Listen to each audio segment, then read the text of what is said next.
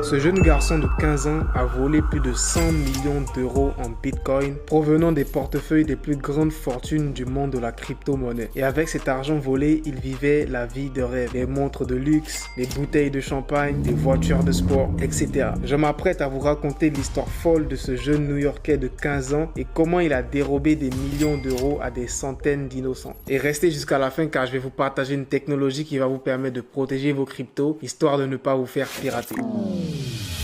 Donc ça, c'est Ellis Pinsky, un jeune enfant moyen de la ville de New York aux États-Unis. Il vit dans une jolie maison à 1,3 million de dollars que possèdent ses parents, donc il provient d'une famille assez riche. Il va au lycée d'Irvington de New York et il a des notes assez décentes. La plupart du temps, il joue au football et passe des heures interminables à jouer aux jeux vidéo dans sa chambre, comme tous les jeunes de son âge. Et on pourrait dire qu'en surface, il vit une vie d'adolescent assez normale. Mais une fois que je vous aurai raconté toute cette histoire, croyez-moi, vous verrez qu'il est loin d'être un adolescent normal. Ok. Même s'il n'était pas le plus rapide sur le terrain de football, il était un hacker très efficace. Bien évidemment que tu n'as pas besoin d'un diplôme pour voler des centaines de millions d'euros à des entreprises. Il suffit d'être assez intelligent pour maîtriser un ordinateur et Ellis était très intelligent. Et en plus, il était mineur et la peine de crime est beaucoup moins sévère pour les mineurs. Donc en soi, il n'avait pas grand chose à craindre. Enfin, c'est ce qu'il pensait. Donc il se disait que dans tous les cas, s'il se fait attraper, il est mineur. Donc il n'y a pas moyen qu'il aille en prison, tu vois. Donc là, vous vous demandez sûrement comment un gamin de 15 ans a fait pour ruiner des centaines de personnes et en plus des plus grands noms dans le monde de la crypto-monnaie. Et bien tout a commencé avec les jeux vidéo. C'est là que son attention était. Et la plupart du temps, il se retrouvait de temps en temps impliqué dans des salons de discussion privés de jeux vidéo. Et dans ces salons, il voyait des joueurs et ces joueurs-là se vantaient de leur exploit dans le piratage. Alors il s'est dit, si ces autres jeunes là pouvaient le faire, alors pourquoi pas lui aussi, tu vois. En soi, il se disait, ils sont pas plus intelligents que moi. Et c'est là que tout a commencé. Et il a commencé avec le piratage des noms d'utilisateurs dans les jeux vidéo qu'il jouait. Donc en soi, il repérait un peu les noms d'utilisateurs des joueurs qu'il aimait bien et s'il aimait le nom d'utilisateur de ce joueur-là, il piratait juste le compte du gars et il utilisait le compte comme s'il était le sien. Tu vois? Donc en soi, c'est comme ça qu'il a commencé avec ces petites gamineries, je vais dire. Et au fur et à mesure qu'il devenait un hacker expérimenté, eh bien, il a commencé à avoir un peu plus grand. Donc au lieu de simplement pirater le nom d'utilisateur de ces personnes, eh bien, il a commencé à accéder directement à leurs données personnelles car il a compris que c'est là que se trouvait l'argent, le vrai pactole en vrai. Et principalement la crypto-monnaie, le Bitcoin. Et bien qu'il ait définitivement expérimenté plusieurs méthodes différentes pour pirater, il y avait une technique de base qui s'avérait la plus efficace et sans cette technique, il n'aurait jamais pu dérober autant de millions d'euros. Et cette technique s'appelle l'échange de SIM. Et je suis sûr que vous n'avez jamais entendu parler de cette technique car en soi, si vous n'avez jamais été victime de ça ou si vous n'êtes pas un hacker expérimenté, ça m'étonnerait que vous soyez au courant de ça. C'est le genre d'information que le public ne connaît pas trop. Bref, personnellement, avant de faire les recherches pour cette vidéo, je connaissais pas cette méthode de hacking. Donc cela dit, qu'est-ce que l'échange de SIM? Donc c'est une astuce assez populaire dans le monde de la cybercriminalité. Alors qu'une fois que notre jeune de 15 ans l'a maîtrisé, eh bien il est passé à un autre niveau et c'est là qu'il a commencé à toucher de l'argent en masse. Donc pour pouvoir t'expliquer cette méthode, je vais prendre un exemple. Disons que moi je suis le hacker et disons que c'est toi la victime. Donc le principe de la méthode de SIM, c'est que je vais prendre ton numéro de téléphone et je vais le mettre dans mon téléphone. Et la première étape consiste à recueillir autant d'informations personnelles que possible à ton sujet, votre date de naissance, votre adresse, votre email, le nom de votre premier animal de compagnie,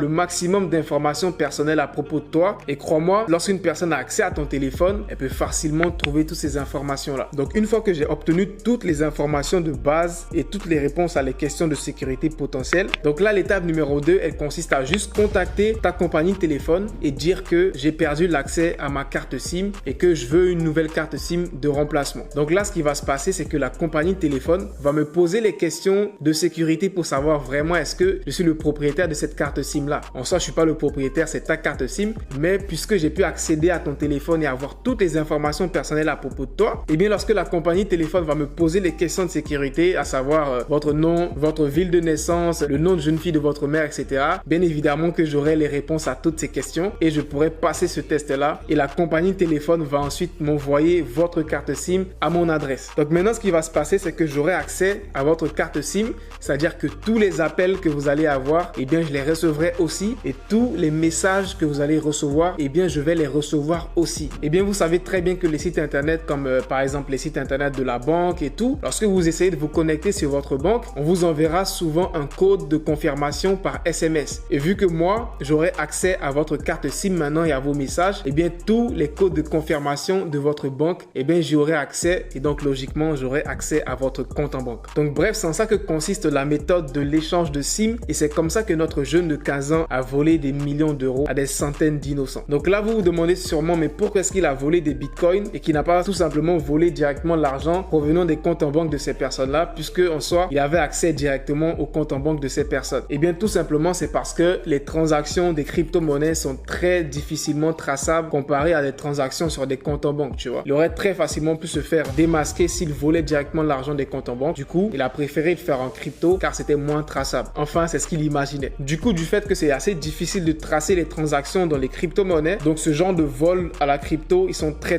fréquents. Un autre type nommé James Owells a perdu plus de 127 millions d'euros de bitcoin il y a quelques années, et le pirate responsable de ce vol, à lui seul, a dérobé plus de 4 milliards d'euros de crypto rien qu'en 2019. C'est-à-dire un seul pirate à lui seul a dérobé plus de 4 milliards d'euros de crypto. Pour te dire que ce genre de vol-là, ils sont très communs dans le monde de la crypto-monnaie, du fait que c'est assez difficile de tracer ce genre de transactions. Donc notre jeune de 15 ans ne s'inquiétait pas trop de ces petites aventures, puisqu'il se disait qu'en soi, ça sera assez difficile pour me tracer. En vrai, je suis mineur, je vais pas aller en prison. Bref, il s'inquiétait pas trop. Et donc alors qu'Ellis, notre jeune de 15 ans, créait un chaos économique et qui volait des millions d'euros, il n'avait pas du tout peur de dépenser cet argent. Et bien évidemment, ses amis et sa famille n'avaient aucune idée. Est-ce qu'ils étaient ignorants? Est-ce qu'ils étaient stupides? Parce que du jour au lendemain, un jeune de 15 ans comme ça, il commence à dépenser plein d'argent et là, vous vous posez pas de questions. Bref, peut-être qu'il savait et qu'il ne voulait juste pas s'en mêler, tu vois. Ça, c'est une possibilité. Mais de toute évidence, ni sa famille ni ses amis n'avaient aucune idée de ce qu'il faisait lorsqu'il était enfermé dans sa chambre sur son ordinateur. Avez-vous déjà eu envie de voler un jet privé et de faire la fête dans les clubs les plus prestigieux du monde, ou alors acheter une voiture de luxe en convertissant la crypto-monnaie en espèces? Bref, notre jeune de 15 ans, eh bien, il a fait tout ça et bien plus encore. Il détenait les clés d'une Audi R8, qui est une voiture qui coûte plus de 150 000 euros. Tu vois, chez un jeune de 15 ans, franchement, c'est assez impressionnant. Et en janvier 2018, avec ses complices, il a décroché le jackpot.